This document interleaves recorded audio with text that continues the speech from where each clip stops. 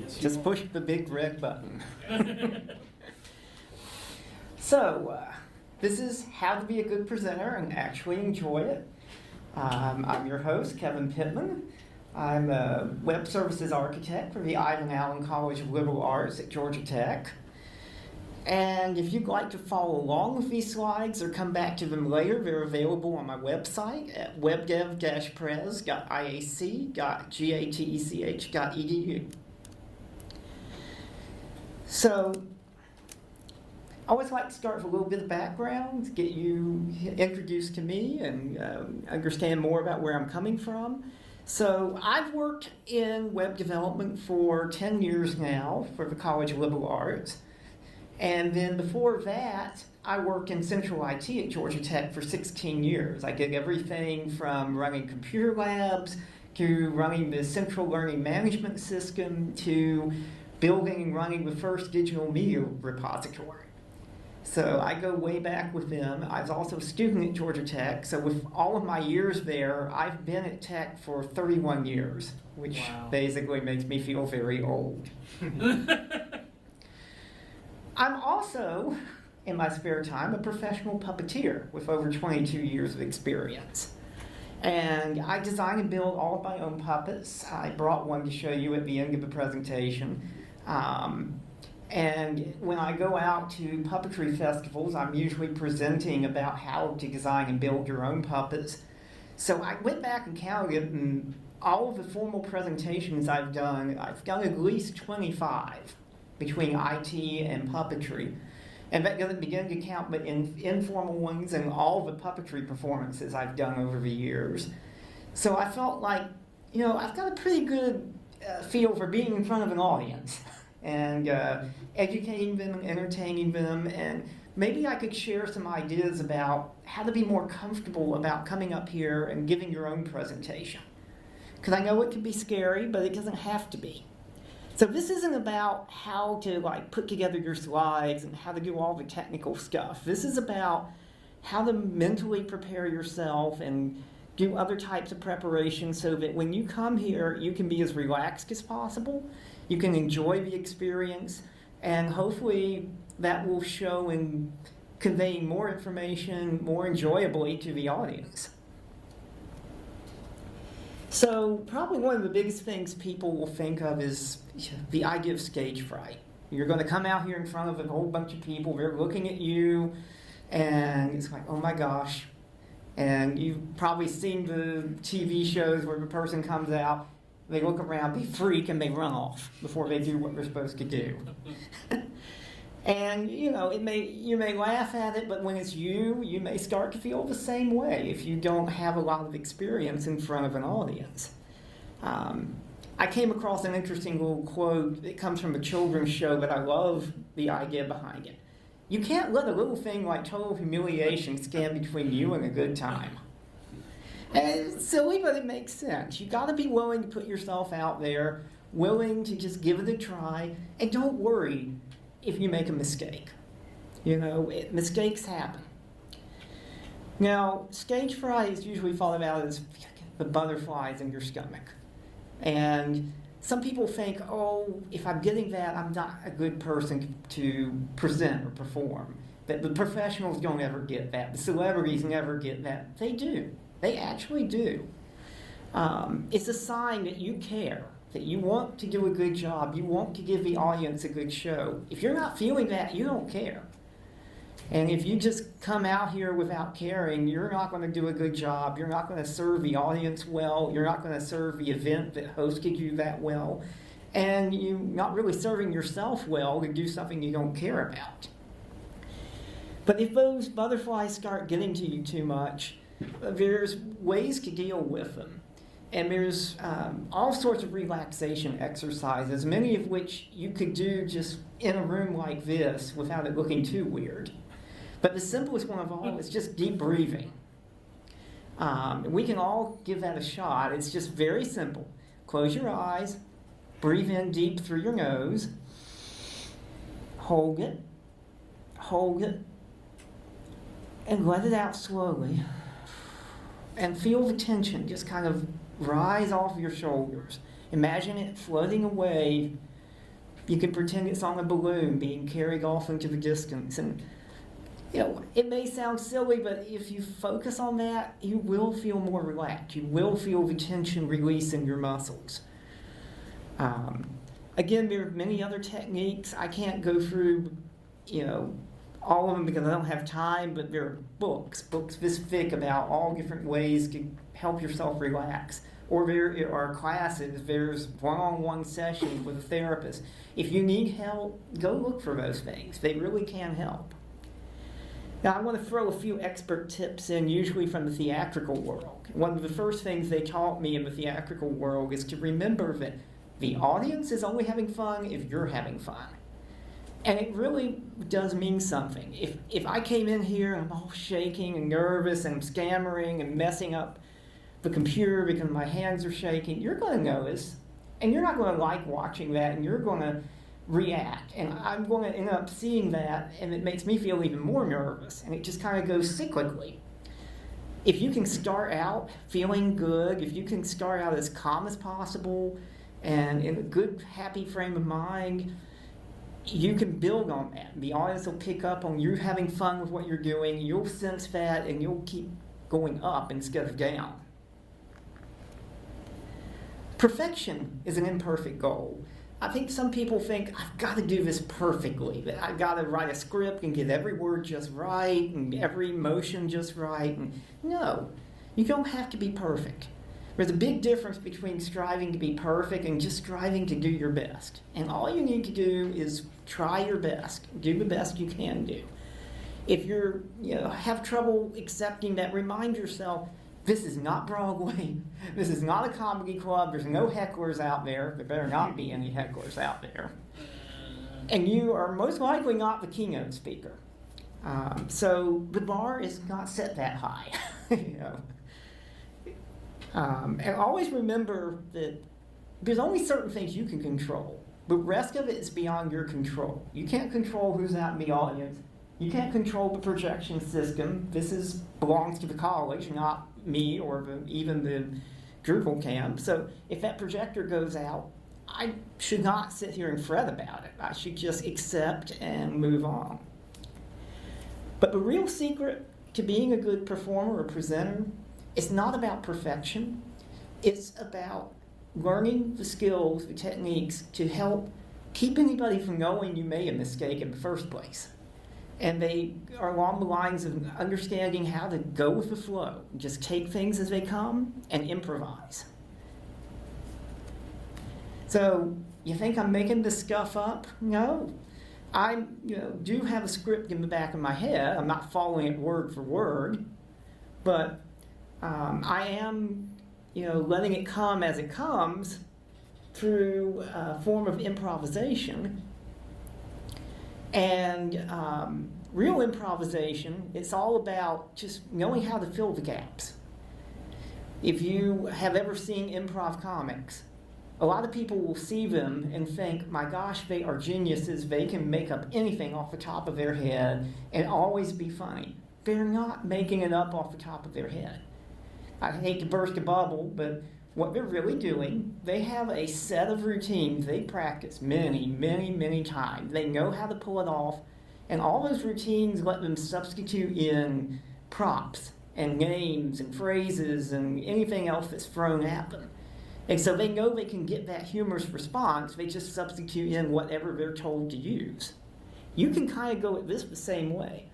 You can have your main plan, but you can have other things you can substitute in when necessary if you start to blank or your technology starts to give you trouble. You can have that plan B, that plan C, and it'll look like you're just, carrying on normally when really you are switching gears. You're just trying to not make it look like you're switching gears. So an example of plan B, plan C. I'm not asking you to think about every possible thing that can go wrong, because that might start getting you overly nervous. But the two big things are, what happens if your projector goes out? What happens if your computer freezes up or you can't use it? Think about what you could do in place of that. Maybe it's as simple as having a printout of your slides, if that helps you, so that you can go through the printout and keep talking. That's a lot better than having to say, oh gosh, it's all gone, I can't get to it. The presentation is over and there's 40 minutes to go. The other thing is just trying to come up with some anecdotes you can tell while you try to solve a problem. If you can just keep talking. The biggest thing that I think hurts people trying to do any kind of performance is the awkward silence. When they realize they're blanking and they just quit talking and everybody realizes something's wrong. And then, like I said before, that nervousness goes back and forth and draws you downward and downward. If you can keep talking, you make it sound like everything's okay, even when it's not. It can help your confidence stay up there and keep you getting on until you get to a point where you can continue. Start yourself in the comfort zone. So there's a lot of little things you can do that you can take control of. Even though there's a lot you can't control, there are things you can. And if you take control of them, it gives you an actual sense of comfort. You'll be more relaxed as you start out. Now, I tried to pull just a few things here. Like one, dress comfortably. None of these events anymore are formal. You don't have to wear a three-piece suit and a tie choking your neck. Pick out clothes that you feel good about standing up here and wearing while you present. And think about what works for you. If you know you get chilled with air conditioning, don't be afraid to wear a long sleeve shirt or sweater, even if a lot of other people are going to be wearing t-shirts. On the other hand, if you know you get hot easily and it's 98 degrees outside, my last conference with Dribble Camp Asheville, it was early July, it was the heat wave. Every day was like near 100. So yeah, just about all of us were wearing shorts, just the way it went. So be comfortable that way. Be mindful of caffeine. People a lot of times hear about, you want to be pumped up for your presentation, drink one of those energy drinks first. That'll get you going. No. Number one, caffeine heightens every one of your senses. So it's the enemy. It's not helping you. Yes, it gives you some energy, but then you're going to notice the light shining at you. You're going to notice every little sound in the audience, the projector whirring. Everything's going to get to you. The air blowing on you will feel that much colder or warmer. And none of that helps you. That all distracts you and makes you more irritable. Caffeine is also a diuretic. That means it makes you feel like you've got to go to the restroom. And that's not a feeling you want to have when you've got to talk for 40 minutes. So, just stay away from it. If you normally drink it, that's fine. Just stay at your normal level. Don't push it up a, bunch of notches.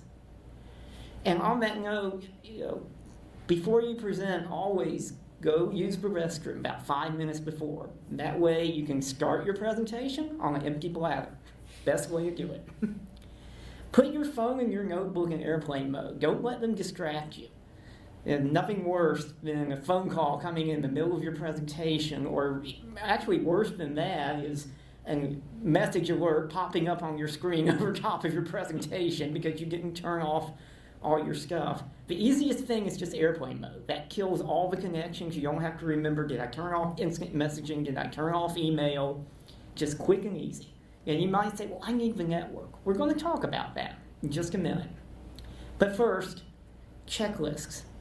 A checklist can really help you stay much more relaxed, more calm when you come in because you know you brought everything with you. I suggest you make one about maybe 4 weeks before you're going to leave because you need time to make sure everything's on it. If you make it the night before, you might forget some of the stuff and then it's too late. Check it right before you leave home. Make sure everything's in the car. Check it if you're going to be on a plane, check it before you get out of the car to go to the plane. Make sure you didn't leave anything in your car. Or check it before you come into the building. If you're going to stay in a conference hotel, check before you come downstairs. That's a big one. If you're in one of those tower hotels, it can take you 15 minutes to navigate the elevators all the way up to the 35th floor and back down again. And the last thing you want is to have to run off in your 10-minute preparation time and grab something and come back. You'll be heart racing and panting, and you won't be able to relax and focus. So it's really worth it to make sure you brought everything the first time. I also recommend a quick reference card. It can be so easy to go like, when am I supposed to present? Where am I supposed to present? And yes, you can have it on your phone and your notebook, but then you have to dig those things out. I like to have just get a piece of paper in my pocket, keep it with me all the time. I can pull it out anywhere. I don't need power or anything, and I can quickly remind myself of when I'm presenting and what room I'm in, and then that's one less thing to be worried about in the back of my head. Know your notebook like an old friend. This is not the time to break in a brand new notebook you don't know anything about. The more you know about this, the easier it's going to be, because something's going to happen. No matter how much you practice, when you plug it in here, something may go differently from what you expected and saw at home or in the office. But if you know how your software works, it will make you, panic that much less. So know things like, where are your display connectors? This one's easy. I've got HDMI right here. So just about every place I go to is going to have an HDMI cable. If you need dongles, if you have some proprietary connector, Thunderbolt or something, make sure you bring one with you, because you never know. A lot of places may provide one, but like here's one here, but that's actually USB 2, or 3, excuse me, C. Get it right in a moment. There's way too many USB connectors, okay? So yeah, if I needed Thunderbolt, I might be in trouble, because I don't see one here. But if I brought it with me, then I'm all fine. I just plug in the HDMI, and away we go. Know how you get the video to that port. In this case, there's different function key combos, but I discovered that mirroring was turned off. And in this room, I really wanted mirroring, because where I'm standing, I can't look up at that screen very well. In some setups, I can just turn over and look at the screen, and I'll do that most of the time. So I had to find where mirroring was. I hadn't thought about it because I don't normally use it, but that's a good thing to know about too. Know your presentation software. I see so many people who get fouled up by that because they know how to go forward, but they don't know how to do anything else. You need to know how to go backwards. You need to know how to jump to a particular slide. And ideally, jump to something without going back, and then having to go forward. It can work, but it's slow and it's kind of awkward. Know how to restart the software. It can happen sometimes. It can crash, and you may need to get it up and running again. Or you may just hit the wrong key and break out of presentation mode. If you can, learn innately exactly what to do, especially if there's a keyboard command, maybe there's something like Alt-Shift-S that could start it again. Figure that out. If you need to, just write on a little sticky note and put it on the notebook so that you don't have to remember. That will save you time over grabbing the mouse and trying to find the little button and click on it, And if you decide to use one of those remote control clickers, or I saw someone this morning who's actually controlling their presentation from their iPhone, test that thoroughly. Know what every button does and where they are, and practice with that a number of times so that you're comfortable with it. Know if there's a button that's going to do something weird, and know how to get out of that. That's, again, one of the biggest things is you can't always prevent getting into a weird situation, but if you can figure out what some of those are and know how to get back to your normal presentation screen, that helps tremendously over having to, oh my gosh, what now? Okay, so never trust the network, never. There's an ancient proverb: the network always goes down when you least expect it and when it's most inconvenient. I would apologize if there's network people here, but if there are, you probably agree with me 100%. I mean, just this morning when I first tried to connect, I couldn't get on. The system would not give me an IP address. You never know what things will happen. It started working later in the day, but these things come and these things go. It is by far best to keep your stress levels down, to put everything on your notebook. Your presentation, anything, any materials that you need, anything you're going to show, have it here so that you don't need the network. Then it's even easier to just put the computer in airplane mode because you don't need to connect out.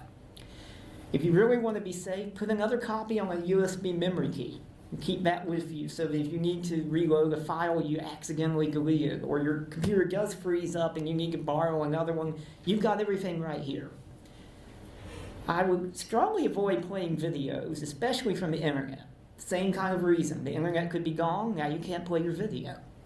But I don't really like people doing a lot of videos because I feel like you're cheating. You're taking away from interactive time with something that everybody could watch at home on their own. Just share the URL to the video, let people watch it when they want to. Now that kind of plays into one other thing. A lot of us in the web world, we love to demo systems we built, or systems we built a module for, or a process on a system we figured out that makes things a lot easier. But that can be very dangerous, particularly if you're trying to demo a remote system. Again, the network could be gone. If you built your whole presentation around that demo, now, okay, what am I going to do? If at all possible, clone that system to your notebook. Sometimes you can do that. If it's PHP, you can probably set it up here and run it from right here. And the best thing is when you do that, you can clean your data out, desensitize it, because you don't want to be showing private email addresses and phone numbers and other things that get into a real-world app. You want to clean all that so that you don't have any possible way of sharing that kind of information. Even better, though, you may want to just do a video of a demonstration. That can cut down your stress a lot because you don't have to worry about making a mistake in the middle of it. You may do it 10 times perfectly in practice, and then you get here in front of a group and you accidentally skip a step. Or you do 2 steps out of order and suddenly you don't get what you're supposed to get. And you're like, what's going on here? If you record it in your office or at home, you can do as many recordings as you need until you get it right. And then that recording will always go through the right way. It's not going to do anything weird as far as the steps. And what I'd suggest is just record it without any audio and then play it and live narrate what's going on. And that makes it feel much more a part of your presentation. An ounce of prevention, what do they say, is worth a pound of cure. So if you prepare yourself to prevent common problems, then you won't have to worry about dealing with those things during your presentation. Always check your batteries. If it's something like this that uses a AA, just go ahead and change it. You don't have to throw the battery out. Save it, use it in something that doesn't matter so much, but just have a fresh one here so that you know the mouse is going to work all the way through the presentation. If it's rechargeable stuff, put it on the charger the night before and make sure it's actually charging. If you're in a hotel, people do weird things. I found where they unplug the power strip because they didn't want that light shining on top. And if you didn't check that and just plug into the power strip on the table, you got no power. You wake up the next morning, you're at 0. That's not good. Another thing that gets people a lot is they present from their own normal everyday user account and something happens. Either they accidentally close the software or the software crashes, and suddenly everybody in the room sees their desktop with everything on it that they probably don't want the world to see. I mean, it's okay if you love a certain boy band or have a favorite movie actress and have her all over your screen, but you probably don't want everybody in this room seeing that. Just create a new user account. Every one of these operating systems we use today will let you make a new account, and then you can use fast user switching or something equivalent to that. I think every operating system will do that now. So you don't even have to shut down all your windows and close all your stuff. You can just switch to the other account while your current one is still running. Do your presentation. You'll have just a standard background. You'll have no icons, no links in the browser if you're showing something in the browser. Nothing inappropriate can be accidentally shown to the world. And then after you disconnect, you can switch back to your account and everything's there ready to go. The early presenter gets to relax. If there's ever a time to be early, it's when you're presenting. You do not, again, want to be rushing in here and out of breath and your heart racing and you're trying to set things up, because that's exactly the way you end up making mistakes with your setup, is because you can't focus. I actually recommend you be early to the conference itself. If you can get to the conference at least around the beginning of registration, you can go off and find where you're presenting. And it's so helpful to know where that room is so that you're not racing to find it at the last moment. You can be thinking about, okay, how do I get there from where I want to be beforehand? How close is it? Where's the restroom? You know, you can get a feel for the room. If it's open and you can go in, come up here, stand in front of the podium, look out there and see what everything looks like. See where a clock is, see where the screens are. See if you're going to have to think about changing the way you plan to present. Like I said here, these screens, I can't look at them very easily. I've got to look here to read anything. So I have to take that into account. If possible, plug in your notebook if everything's already turned on and just see that your notebook connects so that you know that's going to work. When you do all this stuff, it gives you a sense of familiarity with the room. When you come back, it's not going to feel totally strange because it's your very first time up here. You were up here earlier in the day. You saw it, you know it, so you'll feel a little bit more relaxed about coming back and doing what you have to do. And if you do see any issues, you've got a chance to tell the staff or to figure out a solution if it's something you need to solve.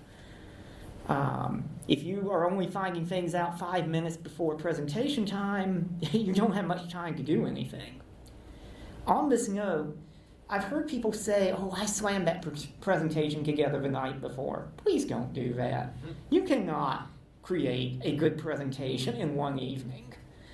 To me, that's just a disservice to the event and the audience. You need time to think about it. You need time to develop your slides. You need time to do rehearsal. Rehearsal is essential. Rehearsal lets you get familiar with your content. It lets you get familiar with the concept of presenting. It lets you get familiar with hearing your own voice so that you get used to that. I would suggest that you try to build your slides starting at least a month in advance. And by at least 2 weeks out, start doing dress rehearsals.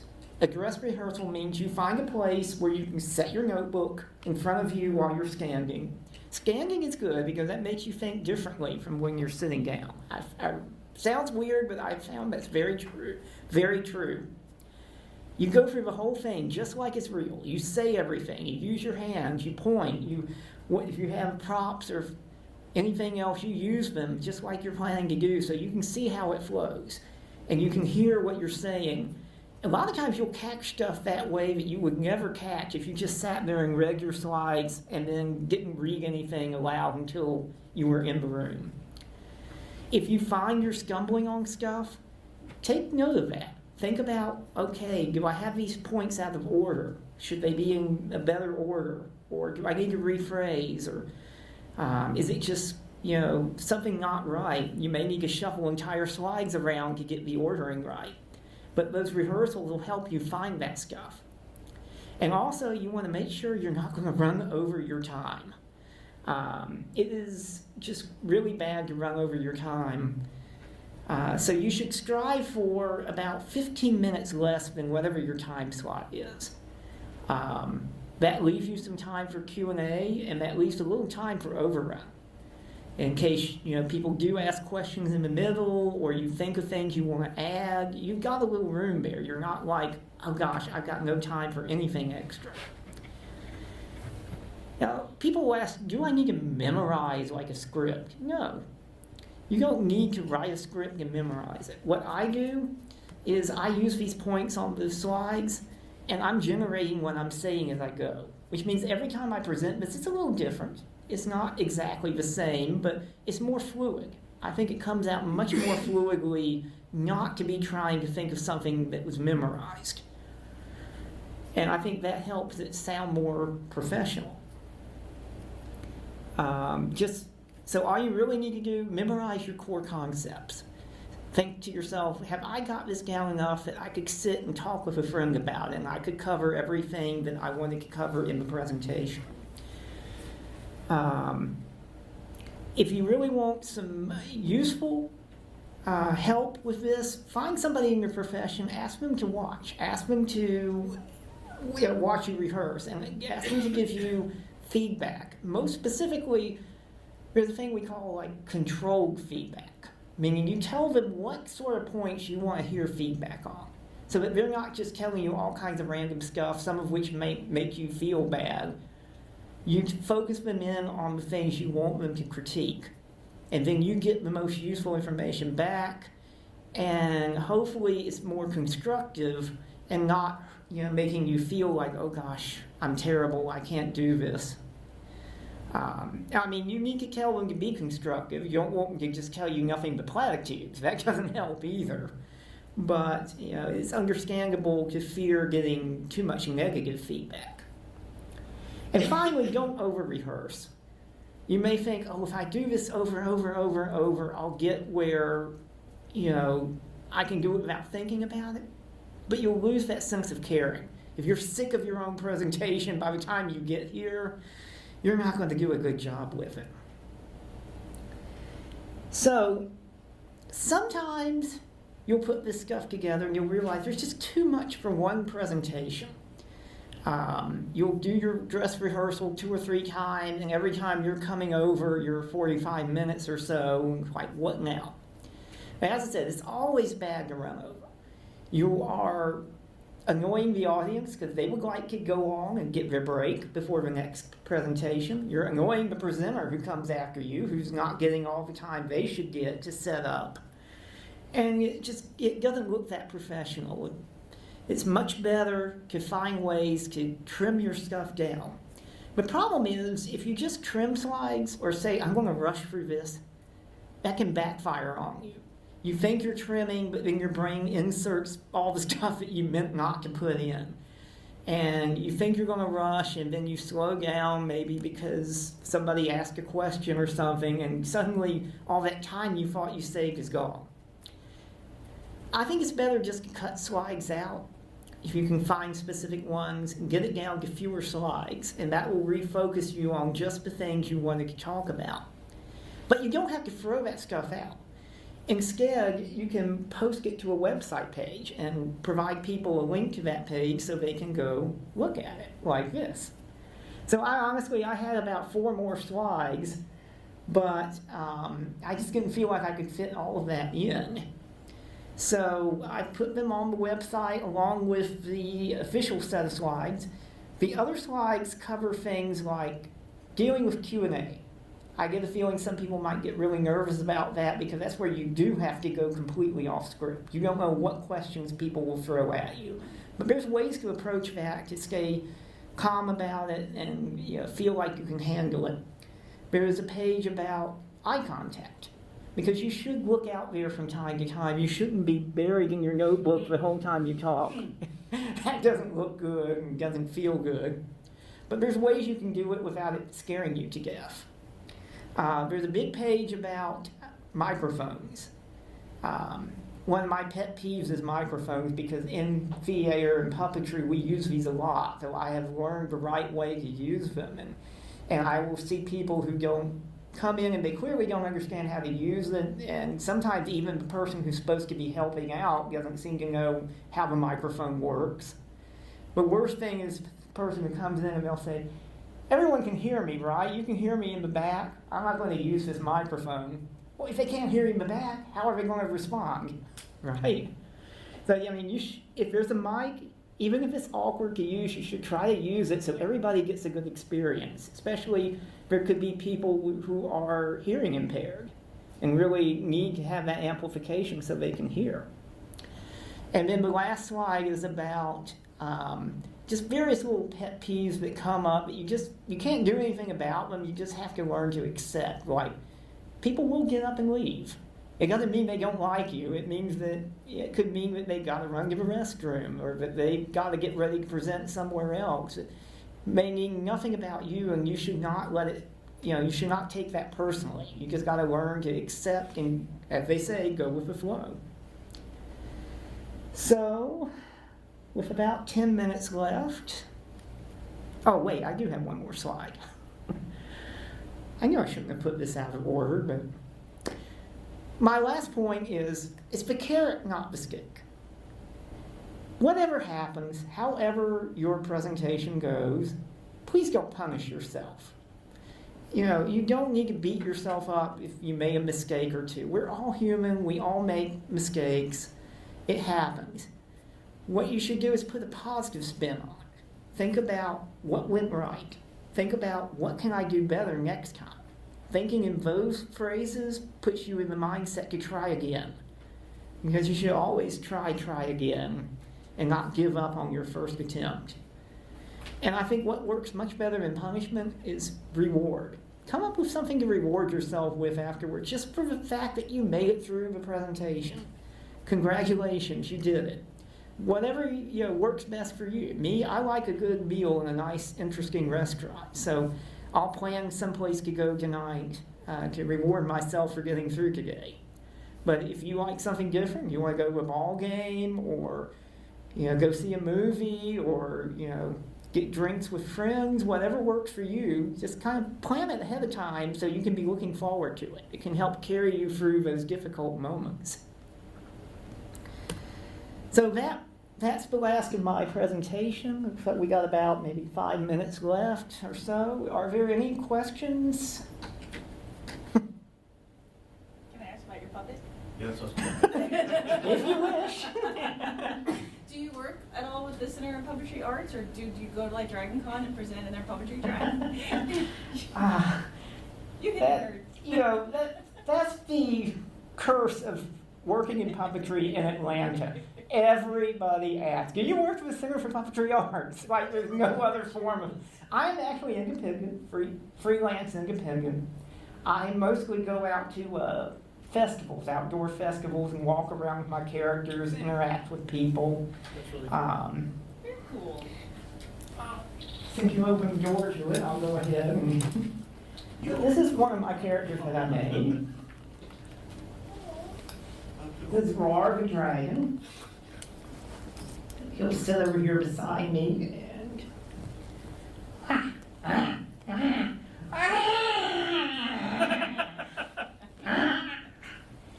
I describe him as a teenage dragon full of angst. Oh.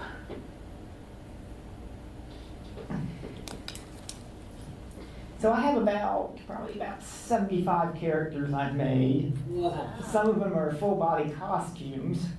I did that a lot in the early days. I've been getting older, it's harder to want to suit up in those things, especially it's been getting hotter and hotter throughout the years. Yeah. So I mostly do the moving mouth puppets like him, and I do marionettes a lot. I found I can make really big characters as marionettes and kind of have the fun of a full body costume without all the sweating.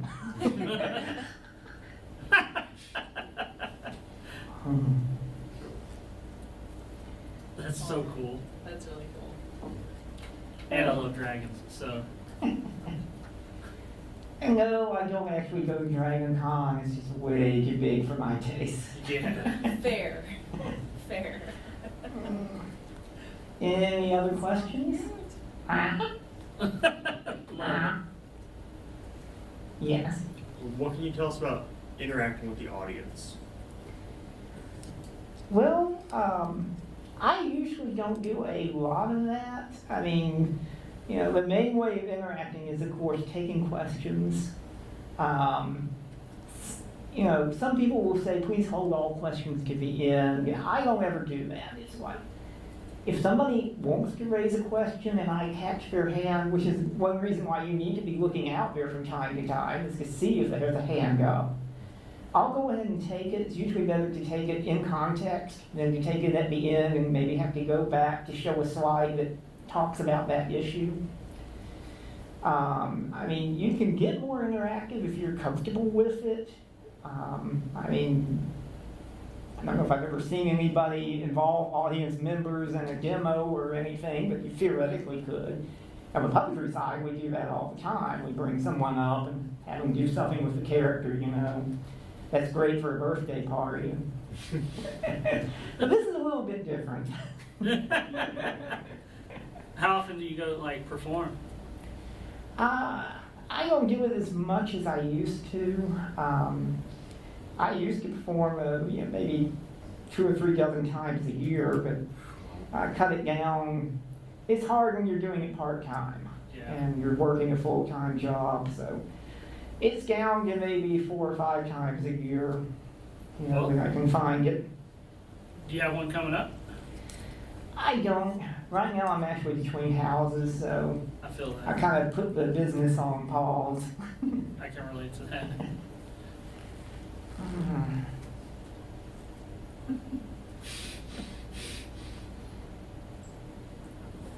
I love it.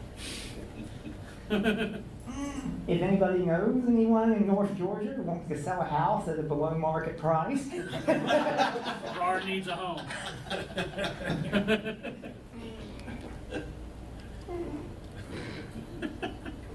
Yeah, no, that's everybody right now.